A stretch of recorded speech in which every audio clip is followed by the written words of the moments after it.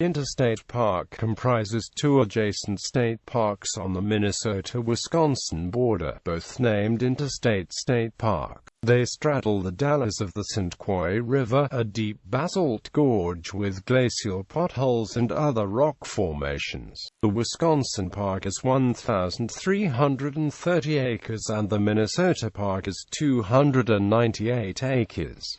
The towns of Dalles Falls, Minnesota and St. Croix Falls, Wisconsin are adjacent to the park. Interstate Park is within the St. Croix National Scenic Riverway and the Ice Age National Scientific Reserve. The western terminus of the Ice Age National Scenic Trail is on the Wisconsin side. On the Minnesota side, two areas contain National Park Service rustic-style buildings and structures that are listed on the National Register of Historic Places. Geology. 1.1 billion years ago, a series of volcanic eruptions from the mid-continent rift system sent at least 10 separate lava flows across the region that now includes Interstate Park. These flows hardened into basalt, which fractured at several joints. In the Cambrian period, between 530 and 470 million years ago, the region was covered by a shallow sea which deposited sandstone and siltstone atop the basalt. This epoch of the Cambrian, the Furongian, was originally called the Quayan in North America because the layers exposed in this area were its type locality. At the end of the last glacial period 10,000 years ago, torrents of water flowed south from the melting glaciers, carving the St. Croix River valley. The soft Cambrian sediments were easily eroded into a wide valley, but the hard basalt was resistant to erosion, and when it reached the hard basalt floor, the river was channeled into a deep, steep-walled gorge. The river switched courses over time, carving several small ravines. At one stage the flow entered the current channel on the Wisconsin side below the modern gorge, hollowing out an area which is now a backwater lake called the Dalles. When the river began carving the main gorge, it intersected an old joint running through the basalt. The water naturally followed this easier path, resulting in the sharp bend in the St. Croix River at Angle Rock. The walls of the Dalles rise from 50 to 250 feet above the river. The glacial St. Croix River carved a series of terraces along its banks. Sand and gravel were occasionally caught in eddies or whirlpools and were swirled around with such force that they drilled holes straight down into the rock. Larger rocks caught in the spin would polish the shaft smooth. The Glacial Gardens area on the Minnesota shore contains more than 80 of these glacial potholes, the greatest concentration in the world. The volume of the St. Croix River eventually lessened, exposing many of the potholes to the air. Dirt, vegetation, and rainwater have collected in them, disguising the true depths. Some have been excavated. 1. The bottomless pit is 10 feet wide and 60 feet deep, the deepest explored pothole in the world. Other unexcavated potholes in the park are even wider, suggesting that they may be deeper as well.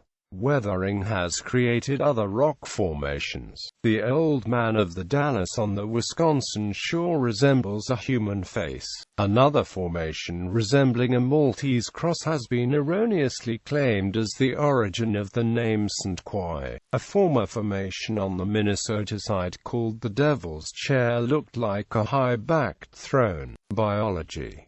Several habitats are found within the parks. Originally most of the land was forested with large eastern white pines, but was denuded by loggers. Most of the vegetation today is second-growth forest, with some sections dominated by maples and basswoods and others by eastern white pines. Drier areas support oak savanna while wetter areas bear floodplain forest. The driest hilltops even support prickly pear cactus. Early successional species take hold on the exposed basalt rocks. Over 400 species of ferns and flowering plants have been catalogued in the Wisconsin Park. Mammals found in the parks include white-tailed deer, foxes, raccoons, gray squirrels, otters, mink, muskrats, and beavers, and 150 species of birds have been identified in the park, of which at least 75 species are known to nest in the area. Cultural history. The St. Croix River was an important transportation route for Native Americans. Prehistoric tools have been found in the park, but no village sites. The first Europeans to pass through the Dalles were Daniel Graysolon, Sieur du Lhut, and his 1680 expedition, though he made no particular mention of the site. Fur traders used the river extensively, and a French fort was located near the Minnesota campground in the early 18th century. Logging era. During the logging era from 1837 to 1898, logs were rafted down the St. Croix River. By 1857, a sawmill was operating near what is now the Minnesota campground, joined in 1867 by a boat-building yard. Both were owned by a leading citizen of Taylor's Falls, W.H.C. Folsom, after whom an island in the park is named. The narrow gorge and the sharp turn at Angle Rock caused severe logjams in 1865, 1877, 1883, and 1886. The June 1886 jam is believed to have been the worst in history. At least 150 million board feet of logs were backed up for 3 miles. Neither dynamite nor steamboats with tow ropes were able to budge the jam. A crew of 175 men working 24 hours a day under electric lights took 6 weeks to break the jam, during which time several mills downstream went out of business. To control the water flow and prevent further catastrophic jams, the Nevers Dam was built upstream in 1890 in what is now Wild River State Park. During this same period, the Dalles of the St. Croix became a popular visitor attraction. Steamboat service to Taylor's Falls began in 1838, and a railroad connection was finished in 1880. The catastrophic logjams drew tourists in droves, as many as 1,000 a day. Park creation. In the 1860s, businessmen from St. Paul proposed mining the basalt of the Dalles to make gravel, a plan which galvanized interest in protecting the area. Locals had also been growing concerned by encroaching buildings and vandalism of the rock formations. A travel agent named George Hazard became the leading advocate for a park, and gained the support of newspapers, several landowners in the area, influential people like W.H.C. Folsom, and ultimately the state senator and representative. These last two introduced a bill to the Minnesota legislature calling for the creation of the State Park of the Dalles of the St. Croix and urging cooperation with Wisconsin to protect both sides of the Dalles. The bill passed in 1895, creating the second state park in Minnesota. Hazard and his allies had a more difficult time lobbying the Wisconsin legislature, but succeeded in 1900 with the creation of the first state park in Wisconsin, resulting in the first interstate parkland collaboration in the United States. In 1906, the commissioner of the Minnesota Park asked a family from Stillwater to conduct boat tours of the Dalles. Beginning with a small powerboat, this concession business grew quickly. In 1910, they began renting canoes and rowboats, and offered tours on progressively larger boats. Today they are still in business, family-owned for 4 generations. New Deal development. U.S. Route 8 descends through the Minnesota Park in a road cut blasted in 1931.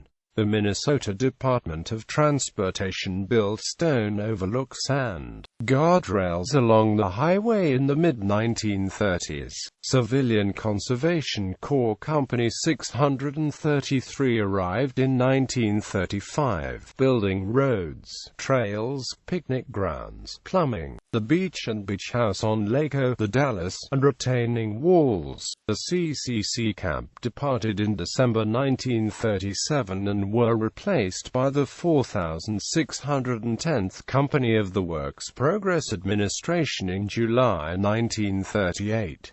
Using basalt, quarried in the park by the CCC, they built restrooms, picnic shelters, water fountains, and retaining walls. These historical structures are clustered in two separate areas of the Minnesota Park, in the campground and near the glacial gardens. The two areas were listed as separate historic districts on the National Register of Historic Places in 1992. They are considered significant as examples of New Deal federal work relief, early state park development, National Park Service rustic design, and in separating the intensive use of camping and picnicking from the open-air museum of the glacial gardens landscape architecture. The 6-acre Interstate State Park, the 300th WPA rustic-style historic district at the northeast end of the Minnesota Park, contains 6 contributing properties. These consist of 3 buildings, 2 structures, and an object. Noteworthy are the women's restroom and men's restroom, which predate the federal developments and influenced the WPA's use of rustic style in the park. These 2 buildings are situated at the north end of the parking lot. The men's restroom is noted for its placement relative to the rock outcroppings, and the women's restroom was modified by the WPA in 1941. The third contributing building is the 1939 refectory, originally a concession building renovated in 1981 with restrooms and office space to become the current visit center. The 2 contributing structures of the 1,937 stone curb in the parking lot and a 150-foot-long retaining wall built in 1938 at the south end of the glacial gardens. The contributing object is a 1938 water fountain at the south end of the parking lot. The 22-acre Interstate State Park, the 300th WPA rustic-style campground at the southwest end of the Minnesota Park, contains 6 contributing properties. As well, these consist of 3 buildings: the 1938 sanitation building, 1938 shelter, refectory, a 1941 combination building, and 3 objects also built in 1938.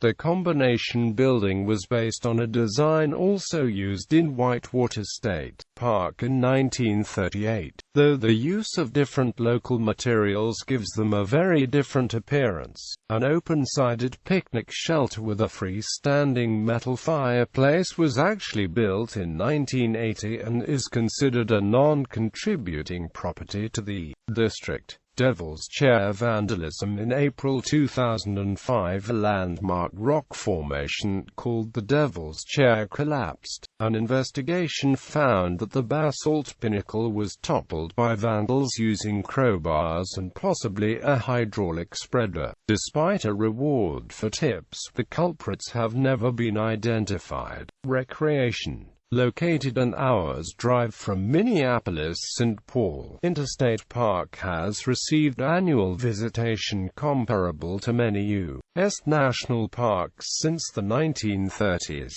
The 2 parks are administered separately and require separate vehicle permits. In 1987, each park began honoring the other state's permit on weekdays, but the practice has since ceased. It is possible to walk between the parks by crossing the U.S. Route 8 bridge. Both parks have a visitor center with interpretive displays and a gift shop. The Wisconsin Park has 2 campgrounds with 85 sites. A group campsite accommodates up to 60 people. There are 9 miles of trail. The Minnesota Park has a campground with showers and 37 sites, 22 of which have electrical hookups. A group campsite accommodates up to 100 people. There are 4 miles of trail. A long-standing concession offers scenic boat cruises and canoe and kayak rentals with shuttle service back from near Osceola, Wisconsin, and William O'Brien State Park. There is a swimming beach on Lake The Dalles, in the Wisconsin Park. Swimming in the river is dangerous because of strong currents. Rock climbing is permitted on many of the cliffs on either side of the river. Certain sensitive areas, as well as all potholes, are off-limits to climbing.